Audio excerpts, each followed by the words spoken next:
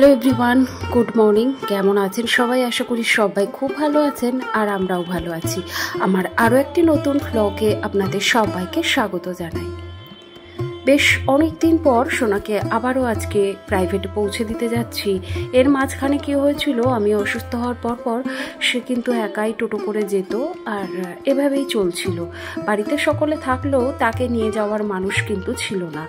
ওই আমি নিয়ে যাই আর আমি নিয়ে আসতাম। তার মাঝখানে আমি হঠাৎ করে অসুস্থ হয়ে যাওয়ার পর সে আমাকে আর নিয়ে যেত না, কারণ আমার দিকটা ভেবে।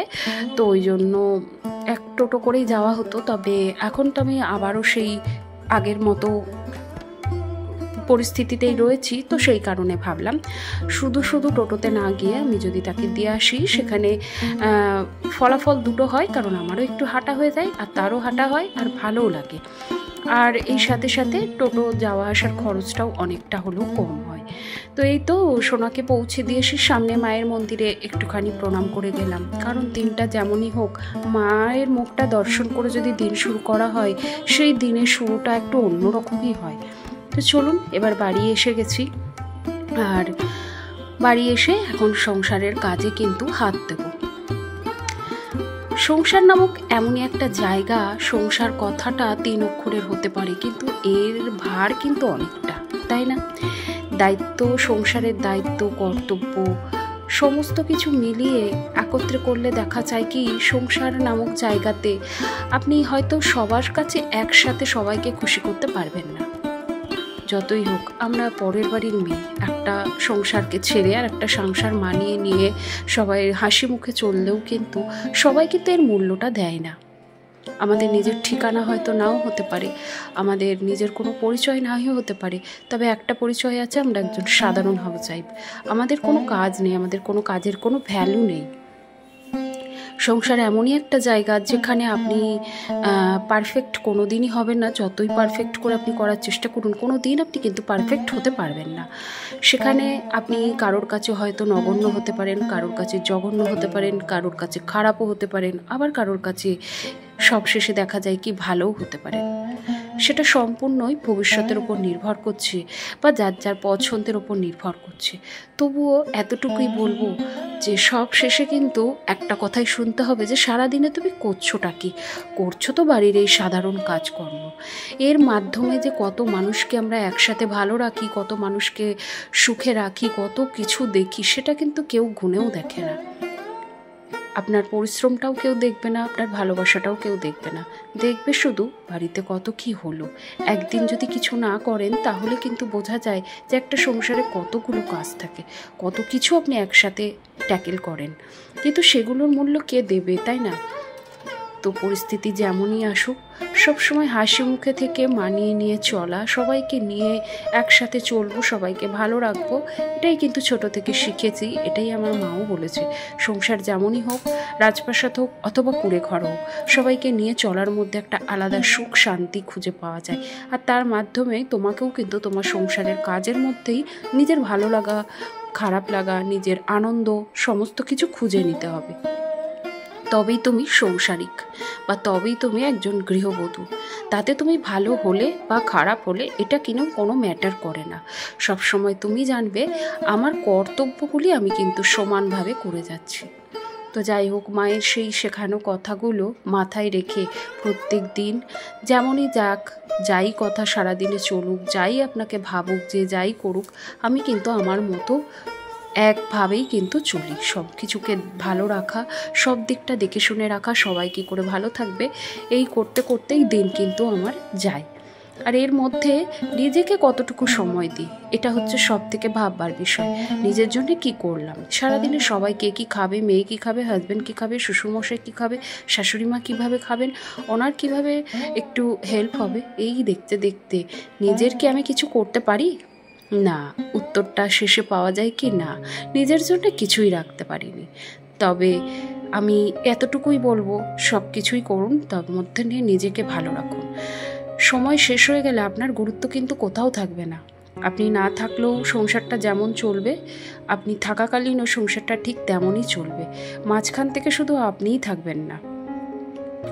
তো যাই হোক, সংসারে অনেকগুলো কথা আপনাদের সাথে শেয়ার করলাম, আর সেগুলো করতে করতে আমার সকালবেলায় কিন্তু অনেক কাজ হয়ে গেছে। আর এই যে সোনাকে দিয়ে এসে তারপরে সংসারের আদার্স যে গোছানো গাছানো থাকে সেগুলি করে শ্বশুরমশাইকে খেতে দিলাম। আর আপনাদের তো আগেই বলেছি আমার শ্বশুরমশাই তরকারি খেতে পছন্দ করেন না, তাই উনি মিষ্টি গুড় এই জাতীয় জিনিস দিয়ে খেতে পছন্দ করেন। তবে আমি অনেক বুঝিয়েছি যে বয়স হচ্ছে, এত মিষ্টি খাওয়া কিন্তু ভালো না, এতে করে সুগারের পজিশনটা কিন্তু বেড়ে যাবে। তো তিনি শোনেন না, তার যেটা ভালো লাগে তিনি সেটাই করবেন। তো যাই হোক, যার যার ব্যক্তিগত ব্যাপারে আমার অতটা ঢুকতেও ঠিক পছন্দ হয় না, আমার মানে ওইগুলো ঠিক পছন্দ হয় না যে কারোর ব্যক্তিগত ব্যাপারে বেশি নাক গলিয়ে ফেলবো, সেটা ঠিক না, যাতে আমাকে সবাই খারাপ ভাবে, এটা করাটা ঠিক না। তো এই তো এদিকে সবাইকে খাবার দাবার দিয়ে এখনও কিন্তু আমাদের সকলের হয়নি, শুধুমাত্র বাবার হয়েছে, আর বাকি কে কী খাবে সেটা রেডি করে রেখেছি। আর এর মাঝখানে এখানে জলের বোতল বালতি সমস্ত কিছুতে জল ভর্তি করে নিয়েছি। আমি আর সোনা যেহেতু ডাইরেক্ট কলের জল খায়, তাই আমাদের জলগুলি ভরে রেখে এলাম। আর সকলে স্নানের জলও ভরে দিলাম, কারণ ট্যাঙ্কির জল বেলা বাড়ার সাথে সাথে এতটাই গরম হয়ে যায় যে মনে হয় যেন গায়ে দিলে গা পুড়ে যাবে। দাঁড়ান, এই যে জলের বোতলগুলো এখন ঘরে রেখে আসি, না হলে না পরে কিন্তু গরম হয়ে গেলে আর খাওয়া যায় না। তার এদিকে ট্যাঙ্কে জল ভরতে ভরতে না একটু জল পড়িয়েও গেছিলো, তো সেটাকেও মুছে এর মধ্যেই সোনাকে আনতে গেছিলাম। আর এই তো সোনাকে ঢুকিয়ে এখন যাচ্ছি বাজারে।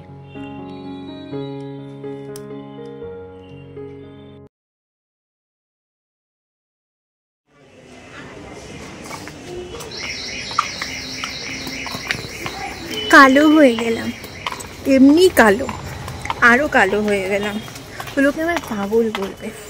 গরমের মধ্যে আমি কী সব করেছি। চলে এসেছি বাড়ি।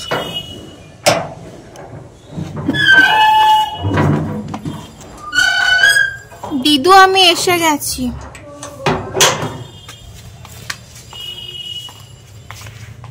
টুনি লাইট লাগিয়েছে।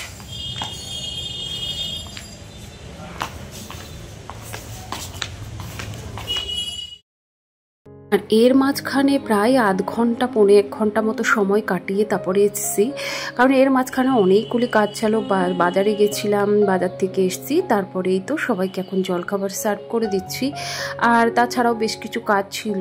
আর এখানে মাকে দিয়েছি মুড়ি কলা, সোনাকে দিয়েছি কর্নফ্লেক্স দুধ কলা, আর আমি নিয়েছি মুড়ি, আর গতকালকে একটু তরকারি ছিল সেটাই নিয়েছি।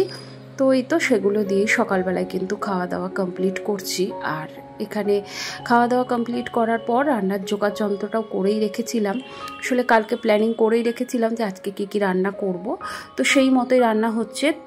গতকালকে একটু বড় মাপেরই মাছ আনা হয়েছিল, সেই মাছের মাথাটা রেখে দিয়েছিলাম, তো সেটা দিয়ে আজকে 5 পিসলি একটা সবজি বানাবো, সেটা খেতে কিন্তু দুর্দান্ত লাগে। তো এটাই বানিয়ে নিচ্ছি।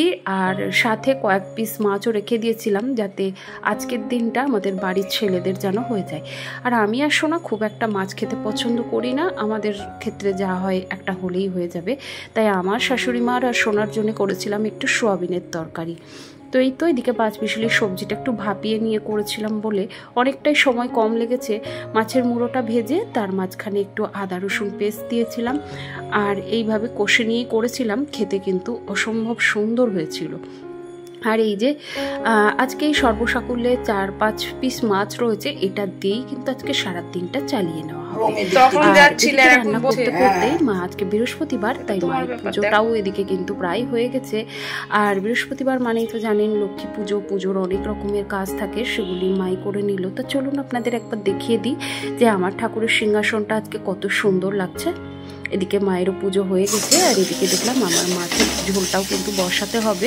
তাই এই যে মশলাটা এখানে কষে আদা রসুন পেঁয়াজ দিয়ে আজকে মাছটা করছি, কারণ আজকে তো আমার শাশুড়ি মা খাবেন না বৃহস্পতিবার, আর আমরাও খাচ্ছি না, তো এই কারণে পেঁয়াজ রসুন দিয়ে করছি। আর এই তো মাছগুলো ছেড়ে দিলাম।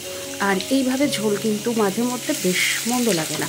আর এখানে ভাইয়ের রুটি নিয়ে যাবে, তাই জন্য আলু ভাজাও করে নিয়েছি। আর চলুন কী রান্না করেছি একবার দেখিয়ে দিই। ভাত তো রয়েছে, এখানে রয়েছে 5 মিশালি সবজি, মাছের মাথা ছাড়া মায়ের জন্য রেখে দিয়েছিলাম। আর ওই যে রয়েছে সয়াবিন আলুর তরকারি, এটা সম্পূর্ণই নিরামিষ। আর এপাশে রয়েছে আমিষের জিনিস, এই যে 5 মিশালি সবজিটা করলাম মুড়ো দিয়ে সেটা, আর মাছের কারি, আর হচ্ছে একটা ডিম সেদ্ধ, সেটা আমার সোনার জন্যে। তো এটাই হলো আমাদের আজকে রান্না বান্না। আর এদিকে রুটি আর আলু ভাজাটাও রয়েছে। তো এই হয়ে গেল রান্না বান্না। এরপরে দুপুরবেলায় সবার খাওয়া দাওয়া কমপ্লিট করার পর একটু রেস্ট নিয়েছি। এখন বিকেল বাজে 5টা, আর এই তো এখন জামা কাপড়গুলো তুলে রেখে তারপরে বিকেলের কাজ করে যাব সন্ধ্যা দিতে। তাহলে আজকে ভিডিওটি আপনাদের কেমন লাগলো অবশ্যই কিন্তু একটি কমেন্টের মাধ্যমে জানাতে ভুলবেন না। যদি কোথাও ভালো লেগে গিয়ে থাকে প্লিজ একটি লাইক করে দেবেন। আর আপনি যদি আমার চ্যানেলে নতুন হয়ে থাকেন চাইলে চ্যানেলটিকে সাবস্ক্রাইবও করে রাখতে পারেন। আর সাবস্ক্রাইবের পাশাপাশি আপনি কিন্তু আমার চ্যানেলটাকে হাইপও করে রাখতে পারেন। তো চলুন আজকের ভিডিওটি এখানে শেষ করলাম। আবারও দেখা হবে নতুন কোনো ভিডিওর সাথে। ততক্ষণের জন্য সবাই খুব ভালো থাকবেন, সুস্থ থাকবেন, সাবধানে থাকবেন।